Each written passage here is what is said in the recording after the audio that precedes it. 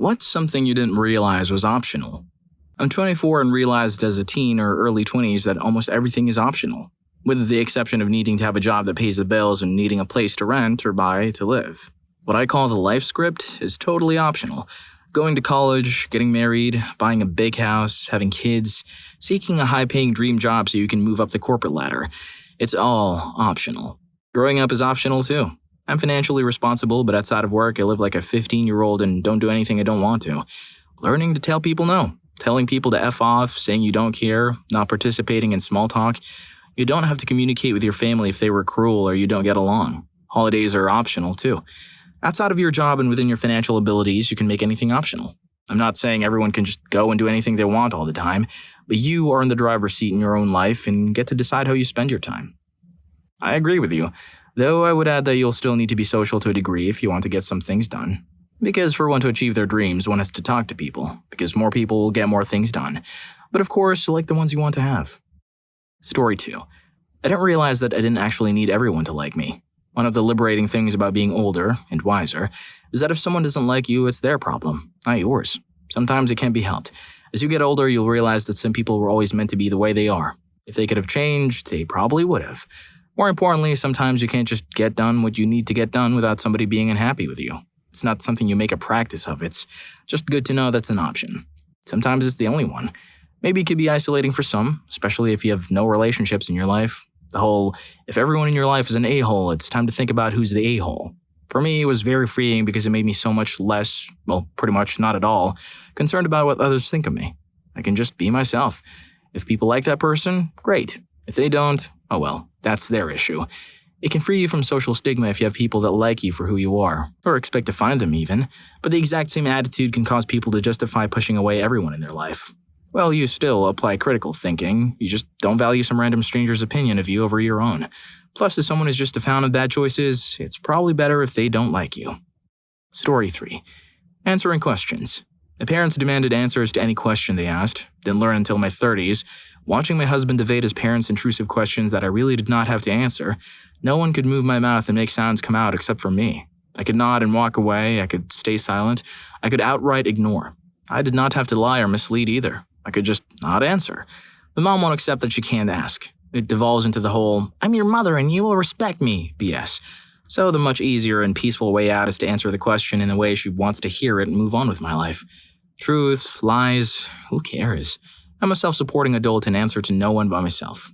I'll also add that it absolutely works for some stuff, but for others, it just doesn't. Like my friend, for example. His mother always pesters him about who he votes for, which, honestly, is absolutely none of her goddamn business. When he tried to tell her who he voted for concerns only me, she kicked up a royal fuss. What do you mean you can't tell me? I'm your mother. Why is it such a big secret? Tell me who you voted for. If he says he's not voting, why aren't you voting? It's so important. It's a right people fought for.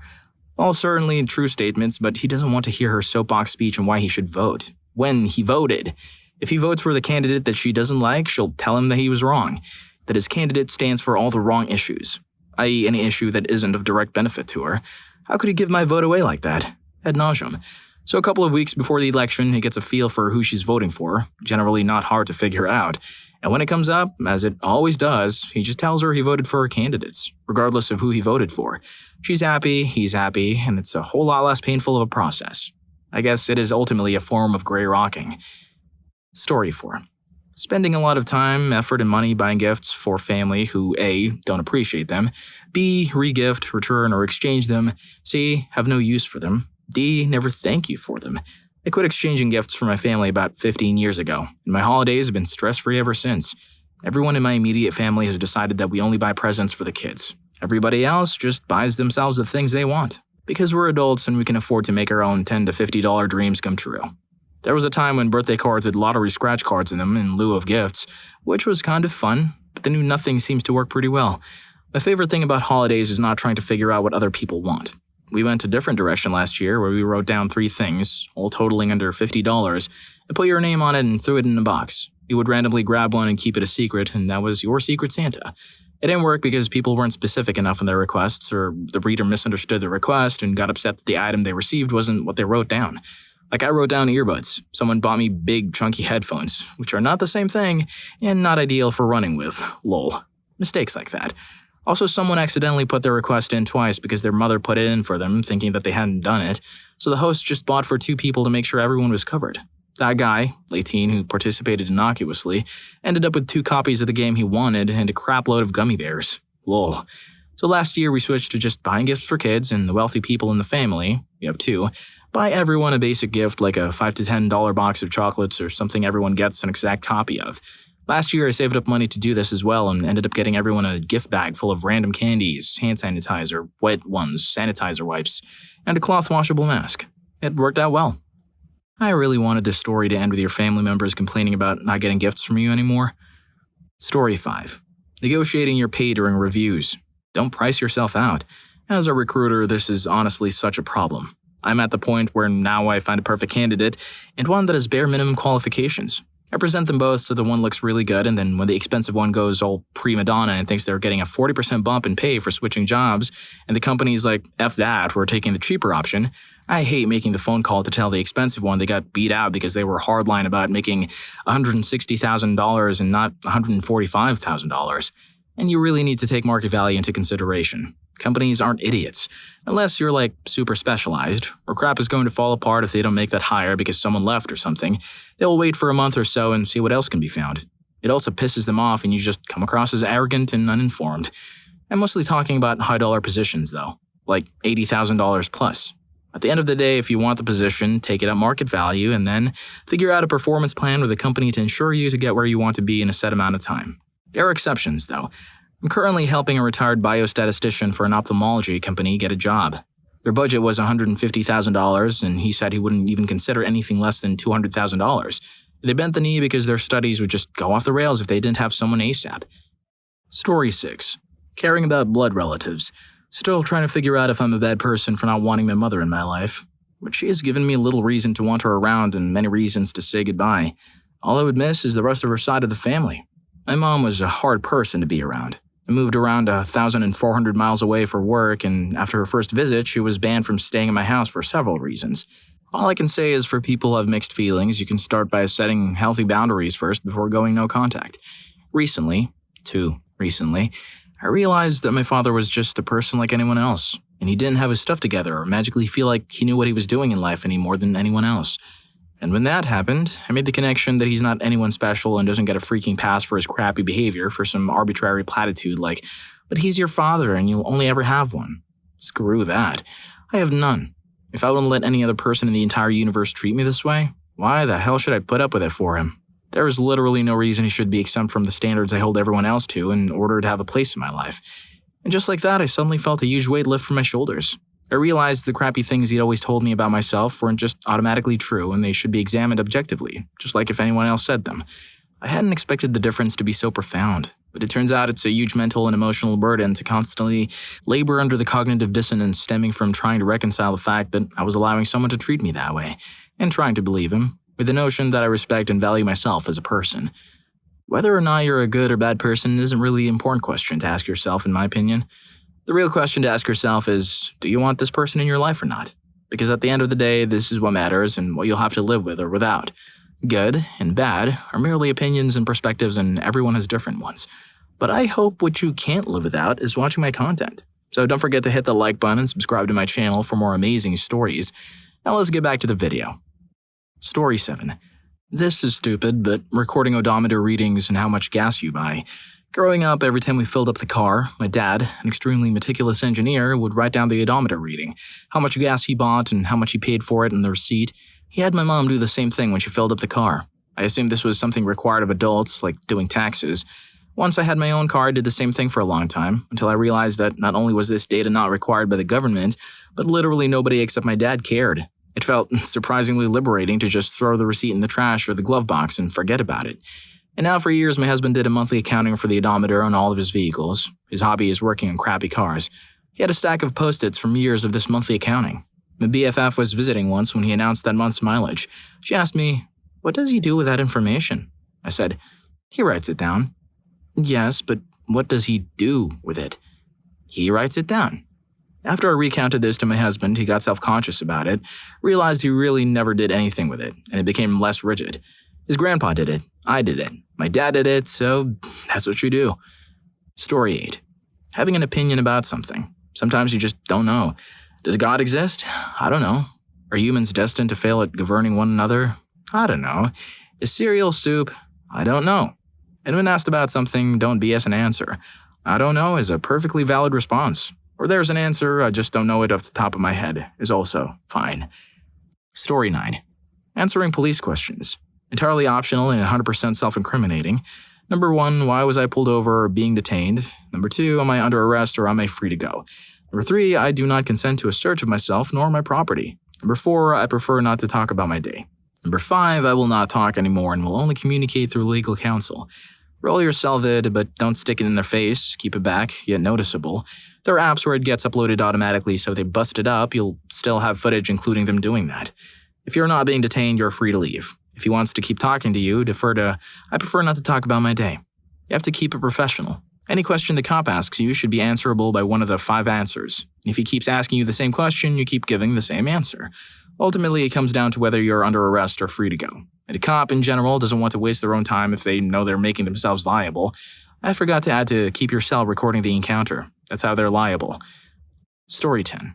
Adding increasing responsibilities to life as I get older, and doing the grown-up things that everyone else starts doing as they mature.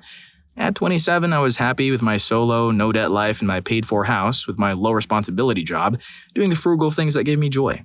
By 33, I was on the road to 17 years of a marriage to a spender, increasingly large houses or mortgages, expensive vacations, ridiculous amounts of spending on dining or drinks out several nights per week, miserably climbing my way up the white-collar ladder, going to dinner parties, blah, blah, blah. Blew the whole thing up 3 years ago. Now live the same life as I did at 27, in the same old condo nonetheless. Happier and couldn't give 2 craps if everyone thinks I'm a man-child. Story 11. Celebrating holidays. Not having to worry about decorating or giving gifts for Christmas and the like is so therapeutic. You don't have to celebrate. They're all fake anyway. Decorating for Christmas just started to feel like a chore and I stopped enjoying it. I'm glad when other people go all out though. When I was a kid, my mom went nuts for Christmas. Like we'd redecorate our entire house. It took days and was a ton of work. And then we just had to take it all down again several weeks later. I hated it. I always said, when I have my own house, I will have a tree and that's it. She laughed and said, yeah, until you have kids. Well, married 15 years, 2 kids, and we put up the tree each year. Tack a couple stockings to the mantle and bring out the nativity set if I'm feeling festive, and that's it. I actually enjoy Christmas more these days because I don't have to do a whole house transformation twice each Christmas. Story 12. Shampooing daily. Turns out that excessive washing actually contributes to the problems, like frizz and breakage, which shampoos claim you should use them to fix. Last time I used shampoo was in October. I don't even have a shampoo that's not expired. The only bad thing I've noticed are that I have to rebrush my hair once after air drying because it retains the wet hair look. As for the good things, number 1, it has more volume. Number 2, I can safely go out with wet hair even if it's cold and windy. The oil works like a skin-level hat. Number 3, I don't need a hair product anymore for some styles, so don't need to shampoo after wearing them. 4, it takes 5 minutes to wash my hair. 5, I don't get that gross grease after a day without hygiene. Number 6, it is much easier to comb, especially after rinsing with ice-cold water. Number 7, before I told the secret to my barber, he said I have Asian hair. After I did, he said it looks and feels clean, just more Asian. 8, I have overall better skin, because the shampoo being rinsed off my head was also harming my skin on its way to the drain. I know I shouldn't, but I actually really enjoy washing my hair daily. It's like my own little relaxation thing. Story 13. That polish they use at the dentist. I hated going to the dentist solely because of that disgusting stuff they put on your teeth when cleaning them. I found out it's just polish they use at the end and you can just ask them to not do that. I remember when I was a kid that when you turned 13, you were no longer required to get a fluoride treatment at the dentist. I was so happy to learn that because it always made me gag and feel like throwing up. I counted down the months until I turned 13, then probably refused when he tried to ask which fluoride flavor I wanted. He even went to the waiting room to ask my mom if I really didn't want a fluoride treatment. And my mom was like, "What did Snack say?" It's her mouth, not mine. The dentist was definitely irritated, but I never got another fluoride treatment again. Fluoride can actually cause nausea. Story 14. Apparently pants during virtual meetings. Like, none at all. Do people just not wear pants at home when not in a virtual meeting? I wear them as a psychological marker to break up my day into work and home, even though it's all happening in the same place. At first, I tried just lazing away in comfy clothes while doing my at-home job and just staying in them when my workday was through, and ended up having a weird mix of feeling home lazy while at work and work anxious while at home, and stress that was going through the roof because of it all blending together. Now it's like, real pants, then I'm at work, whereas cozy Avengers sweats, then I'm at home. Lets me feel like I'm in two different places, requiring two different mindsets even though it's the exact same place. Story 15. 2 weeks notice when leaving a workplace, unless you need to keep on good terms with them, but don't let them treat you like crap. I was working for a large office building's cafeteria and catering services for 4 years, and after dealing with poor management for so long and rumors it was going to be shut down anyways by decision of the building, I planned to jump ship. I gave my notice and was commuting further because also in the middle of a move, so they made the final first week and a half hell. The building was mainly a large newspaper offices, other large companies and some smaller ones in this building, and over the years I built good relationships with my customers. So it was a surprise, but understanding why I was leaving. I was going to give the full 2 weeks, but the Friday before the last 3 days, we were closed weekends, one of my lawyer office customers informed me how it isn't a mandatory thing to do. It is more of a polite thing of not wanting to burn bridges, that I didn't need to deal with a place anymore. At this point, I was so done with it all. I thanked them for the information and at the end of my shift, said my goodbyes to who I could and left. Story 16. Being nice all the time, even to people who were horrible to me and who bullied me nonstop. It took me a long time to understand that it was okay for me to get mad and get them in trouble for their shifty behavior. My biggest bully got thrown out of school and I finally decided to go see the principal and tell her about my experience. There was a 10th kid who'd come to see her about that guy and she needed 10 complaints to throw him out. That was the last time I was bullied in school, after being bullied every day for 10 years. Now I always try to stand up for myself, speak against bullies, and I talk back and I'm loud. All things I would never have had the guts to do as a kid. I hope you enjoyed the video, and if you made it this far, I'm sure you'll also enjoy. What's something obvious you just realized? Story 3 was surprising. See you on that video.